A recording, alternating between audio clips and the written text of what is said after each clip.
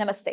Spiritual, motivation, educational వీటికి సంబంధించి interviews ఇవ్వదలుచుకున్న వాళ్ళు కింద నంబర్ కి కాంటాక్ట్ చేయండి. నమస్తే, వెల్కమ్ టు అవర్ ఛానల్. నేను పద్మిని. ప్రస్తుతంతో పాటు ప్రముఖ ఆధ్యాత్మికవేత్త, ప్రముఖ న్యూమరాలజిస్ట్, లక్ష్మీ నరసింహస్వామి ఉపాసకురాలు శ్రీమతి స్రవంతి గారు మనతో పాటు ఉన్నారు. మాట్లాడదాం. నమస్తే అక్క.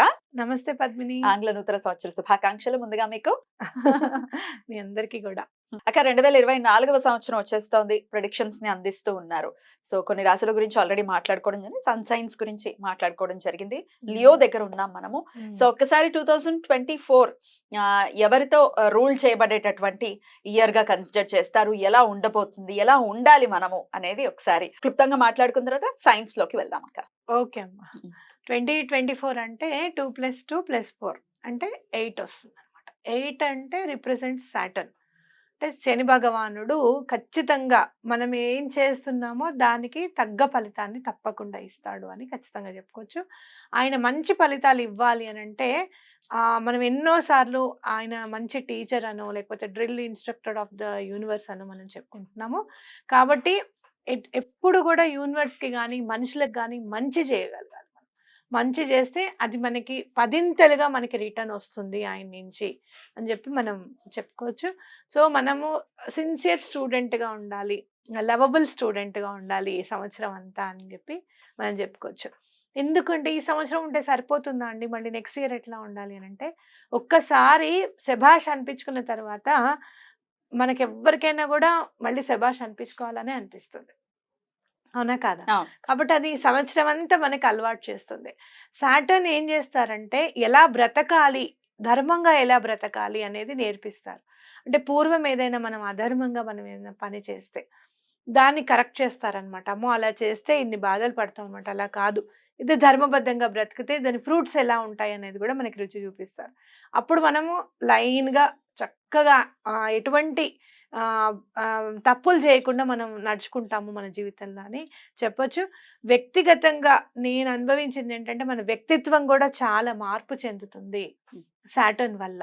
మనం చాలా అంటే లెట్ ఇట్ బి అనే స్థాయికి వస్తామన్నమాట సాటర్న్ వల్ల. ఎవరైనా మనల్ని బాధ పెట్టినా ఏం చేసినా మనని ఒక మాట అన్నా అన్నారా సరే చూద్దాంలే, భగవంతుడు ఉన్నాడు కదా చూసుకుంటాడు అనే లెవెల్కి కూడా మనం వెళ్ళిపోతూ ఉంటాం. కాబట్టి ఇలా సాటర్న్ రూల్ చేయడం అనేది మన అదృష్టంగా భావించవచ్చు. ఎందుకనంటే మళ్ళీ 9 సంవత్సరాల తర్వాత మళ్ళీ సాటర్న్ వస్తుంది. కాబట్టి 9 సంవత్సరాలు మనం ఎలా బ్రతకాలి, మనం ఎంత మంచిగా ఉండాలి అనేది ఈ సాటర్న్ ఇప్పుడు ఈ ఇయర్లో మనకి నేర్పిస్తుంది అని మనం చెప్పుకోవచ్చు అనమాట. Beautiful beautiful. డెఫినెట్ గా మనం ఎంత ధర్మబద్ధంగా ఉంటే మన జీవితం అంత ప్రశాంతంగా వెళ్తుంది అని చెప్పకనే చెప్తున్నారు, అంతేనా? అద్భుతం అక్క. సో మొత్తానికి సాటర్న్ తో రూల్ చేయబడేటటువంటి ఈ సంవత్సరం మరి ఈ సన్ సైన్స్ కి ఎలా ఉంటుంది అనేది ఇప్పుడు మాట్లాడుకుందాము అక్క. క్యాప్రికాన్ ఏ మంత్ లో పుట్టిన వాళ్ళు క్యాప్రికాన్ కిందకి వస్తారు, ఎలా ఉండబోతోంది వీరికి 2024 అక్క? డిసెంబర్ 22 నుంచి జనవరి 19 వరకు పుట్టిన వాళ్ళందరూ కూడా క్యాప్రికాన్స్ కిందకే వస్తారనమాట. అయితే వీళ్ళకి ఈ సంవత్సరం చాలా బాగుంటుంది, మంచి బోనస్ అని చెప్పుకోవచ్చు.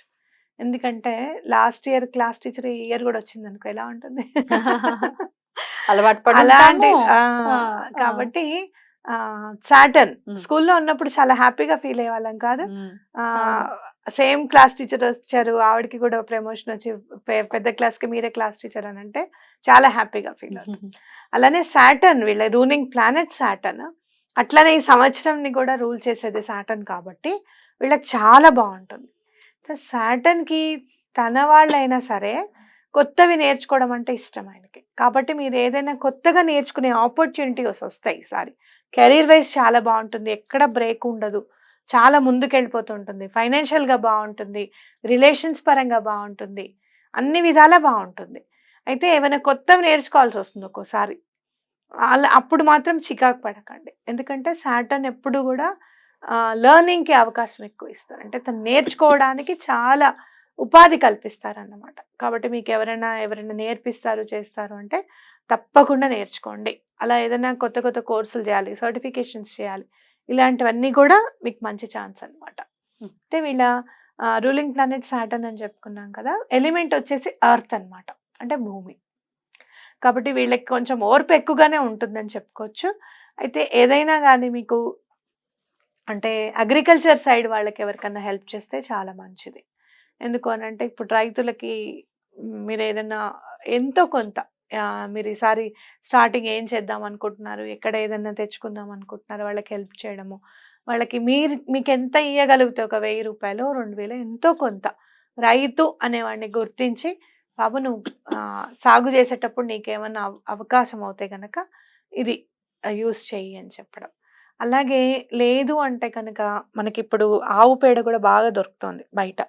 అవి కూడా చక్కగా ఎలా అయితే మనం అగ్రికల్చర్‌లో యూజ్ చేస్తామో అలా చక్కగా ప్యాక్ చేసేసి ఆ తడంతా పోవాలి కదా! డైరెక్ట్‌గా ఇట్లా వేసేయలేం కదా!